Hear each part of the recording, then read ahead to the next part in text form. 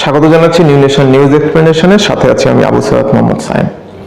দেখুন, গত 5 আগস্ট শেখ হাসিনা সরকারের পতনের পর বা শেখ হাসিনা সরকারের দেশ থেকে পালানোর পরে ডক্টর মোহাম্মদ ইউনূসের নেতৃত্বে অন্তর্বর্তীকালীন সরকার গঠিত হয়েছে এবং গত 16 সেপ্টেম্বর বিএনপি মহাসচিব মির্জা ফখরুল ইসলাম আলমগীর বলেছেন যে অন্তর্বর্তীকালীন সরকারের যেসব উপদেষ্টাগুলো আছেন ওনারা নতুন দল গঠন করার চেষ্টা করছেন।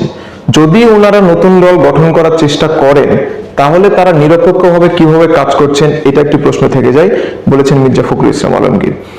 এবং এই বিষয়ে বৈষম্য বিরোধী ছাত্র আন্দোলনের কেন্দ্রীয় সমন্বয়ক আরিফ সোহেল বলেছেন যে তাদের এই মুহূর্তে কোনো রাজনৈতিক দল গঠনের কোনো চিন্তা ভাবনা এই মুহূর্তে তাদের নেই এবং তারা পরিকল্পনা যদিও করে থাকেন তাহলে যখন নির্বাচন আসবে তার কিছুদিন আগে বা এই সময়টাতে তারা সেই বিষয়ে চিন্তা ভাবনা করবেন এবং তখন নির্বাচনে অংশগ্রহণ করবেন। বিএনপি এবং বাংলাদেশ জামাতে ইসলামীর বর্তমান সময়ের রাজনৈতিক পর্যালোচনা যদি করা যায় তাহলে দেখা যায় যে বিএনপি এবং জামাত ইসলামের মধ্যে পার্থক্য দেখা যাচ্ছে। কি পার্থক্য? পার্থক্যটা হচ্ছে বিএনপি এখন চায় খুব দ্রুত নির্বাচন সম্পন্ন হোক, কিন্তু বাংলাদেশ জামাত ইসলামী এই মুহূর্তে কোনো তাড়াহুড়া করতে চাচ্ছে না নির্বাচন নিয়ে।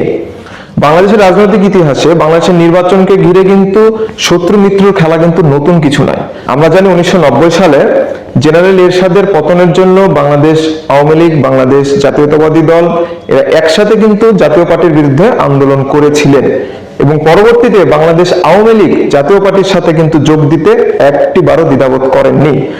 অপরদিকে 1996 সালে বাংলাদেশ জামাত ইসলামী বিএনপির বিরুদ্ধে তত্ত্বাবধায়ক সরকারের দাবিতে কিন্তু আন্দোলন করেছিলেন এবং পরবর্তীতে এই বাংলাদেশ জামাত ইসলামী বিএনপির সাথে বন্ধুত্বপূর্ণ সম্পর্ক কিন্তু তৈরি করেছিলেন।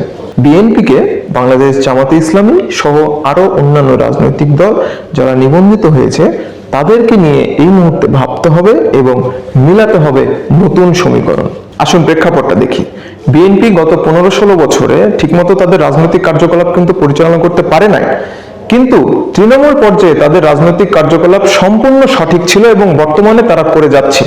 অপরদিকে বাংলাদেশ জামাতে ইসলামী এত চাপের মধ্য দিয়ে গেলেও, এত সমস্যার মধ্য দিয়ে তারা গিয়েছে এবং তাদেরকে নিষিদ্ধ ঘোষণা করা হয়েছে একটা সময়, তারপরেও তারা সর্বস্তরে তাদের কার্যকলাপ করে গেছে এবং এই মুহূর্তেও তারা করে যাচ্ছে।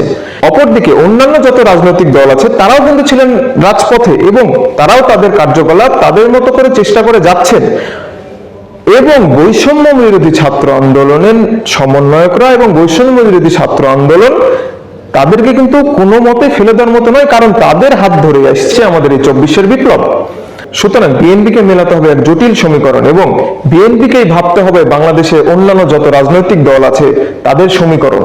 এখন দেখার বিষয় বিএনপির গলার কাটা কে হতে যাচ্ছে এবং ছোট বড় রাজনৈতিক যত দল আছে সব দলের সমীকরণ মিলাতে হবে বিএনপিকে একটু অন্যরকম ভাবে।